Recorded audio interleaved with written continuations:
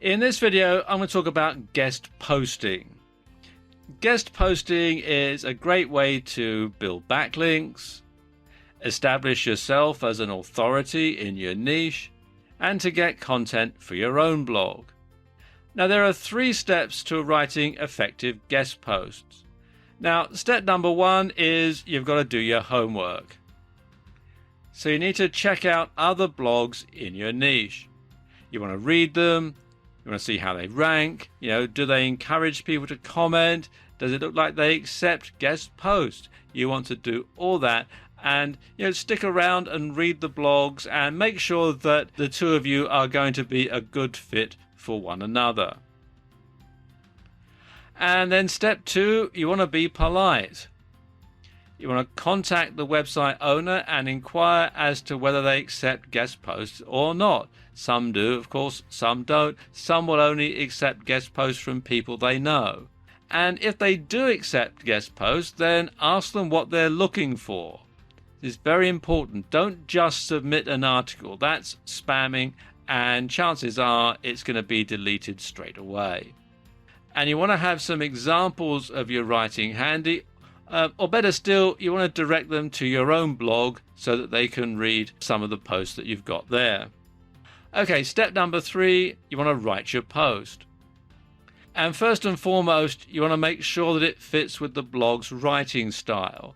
If the writing style is fairly formal and traditional, then you want to make sure that you write your article that way. If the blog style is fairly upbeat and contemporary, with lots of slang and stuff like that, then you want to make sure that, again, your article fits in with that. If it's British English, you want to make sure that you run it through a British English spell checker beforehand. If it's American English, the same applies. Run it through an American English spell checker just to make sure that you've got all the spelling right and that everything fits in with the blog's writing style. Then you want to optimize it for the right keywords. And it's a good idea to discuss this with the blog's owner ahead of time to make sure that you've got the right keywords, the keywords that they're looking for, that's going to bring traffic to their blog. Then you want to submit it to the webmaster or webmistress first, and then you want to make any changes that they deem necessary. You might think that you've written a fantastic article, the sort of article that will be absolutely perfect on your own blog, but they will absolutely hate it and you'll have to do it again. So, you have to develop a bit of a thick skin when you write for other people.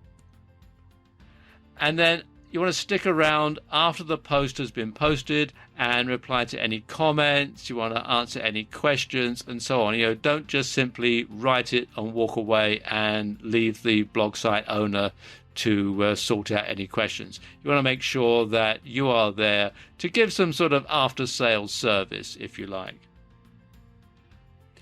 And you don't want to ask for payment for your article or for your guest post. All you want is a backlink to your website.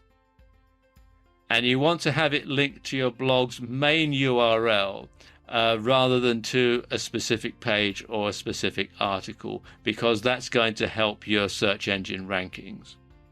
And a good way to find blogs that allow guest posting is to simply do a search in Google. If you put in your niche and then blog guest posting, and for this example I'm using the fitness niche, you'll find lots of blogs or lots of directories and lists of blogs which allow guest posting. And the thing to do is to visit these blogs, read the content, get an idea of the sort of style that they have, the sort of thing they're looking for, and then contact the owners as previously discussed.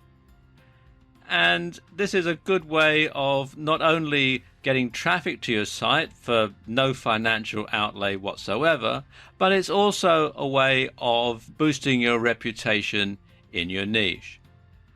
Okay, what if you want to do things the other way around? How about getting people to guest post on your own site?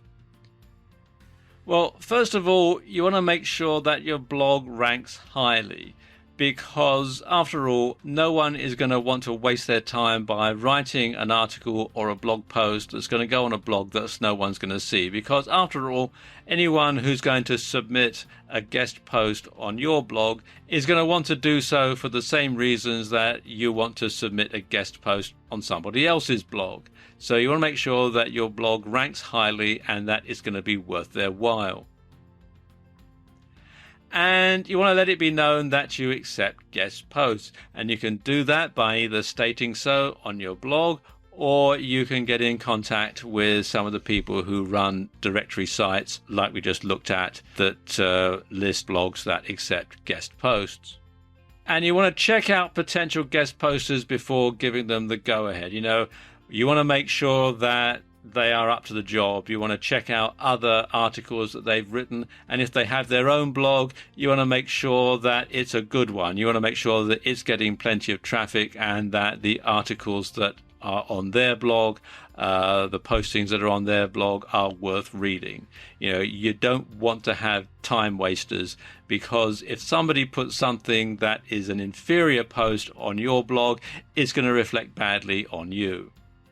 And you want to reject anything that's not up to standard. Don't spare people's feelings. If it's not good enough, you want to say so and reject it, because it's your reputation that's on the line. It's your blog that it's going to be reflecting on.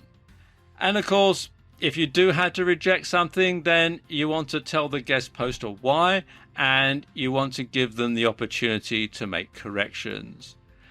After all, if something is being written on somebody else's blog and it's acceptable, sometimes it's going to be different. Your standards are going to be different from theirs. So these are the sort of things that you want to bear in mind when you are both wanting to guest post on somebody else's blog and when you want to get someone to guest post on your blog.